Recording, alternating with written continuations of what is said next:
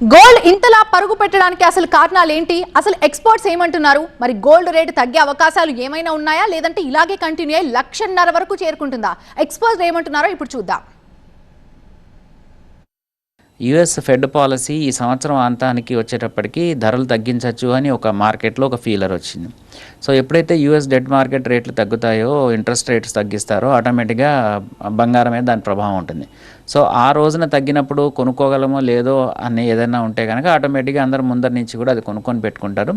మేజర్గా ఇది మీకు మార్కెట్లో ఇన్వెస్టర్స్ లేకపోతే అలాంటి వాళ్ళకి ఇలాంటి అవగాహన ఎక్కువ ఉంటుంది కాబట్టి దీని మీద ప్రస్తుతానికి బెట్టింగ్ చాలా జరుగుతుంది. అందరూ కూడా హయ్యర్ ప్రైస్ అయినా సరే కొనుక్కొని పెట్టుకుందాము అన్న ఉద్దేశంలో కొనుక్కొని పెట్టుకుంటున్నారు. ఇది ఇంకా ఎన్నాళ్ళు ఉంటుంది, లేకపోతే ఎన్నాళ్ళు ఇది ఇలా ప్రొసీడ్ అవ్వచ్చు, ఎప్పుడైనా తగ్గుతుందా లేదా అంటే ఇప్పుడున్న సినారియోలో తగ్గుతుంది అని అనుకోవడం కొంచెం కష్టమే. ఈ రేట్లు కొంచెం ఇలాగే పెరిగేందుకే అవకాశం అయితే ఎక్కువ ఉంది.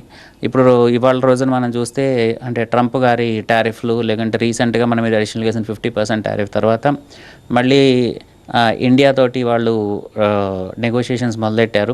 ఏవో ట్రేడ్ టాక్స్ నడుస్తున్నాయి అన్నారు. సో దాని ప్రభావం బై ఎనీ ఛాన్స్ ఒకవేళ ట్రంప్ గారు ఆ నిర్ణయాన్ని మళ్ళీ వెనక్కి తీసుకొని లేదు టారిఫ్స్ అన్నీ కూడా నేను తగ్గిస్తానని ఏదైనా ఒక అనౌన్స్మెంట్ ఇస్తే దాని ప్రభావం కొంతవరకు మార్కెట్ మీద ఉండొచ్చు, కొంతవరకు ధరలు తగ్గచ్చు. కాకపోతే ఇవన్నీ కూడా చాలా ఇఫ్స్ అండ్ బట్స్.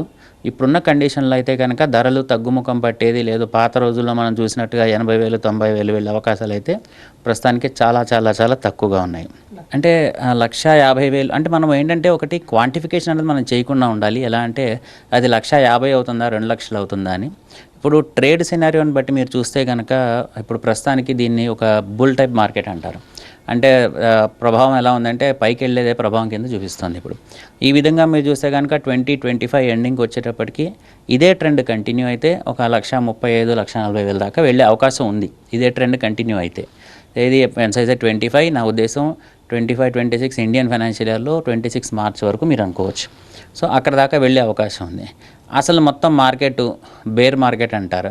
అంటే మొత్తం అసలు ప్రపంచం అంతా శాంతియుతంగా అయిపోయి డాలర్ బాగా పుంజుకొని రేటు తర్వాత ప్రపంచంలో ఎటువంటి కన్ఫ్యూజన్ లేకుండా ఒక పాత రోజుల్లో లాగా ప్రపంచం శాంతియుతంగా ఉంది అంటే ఆ టైంలో మీకు ధరలు కొంచెం బాగా తగ్గి మేబీ అరౌండ్ ఒక 1,80,000 90,000 1,00,000 వచ్చే అవకాశం ఉంది.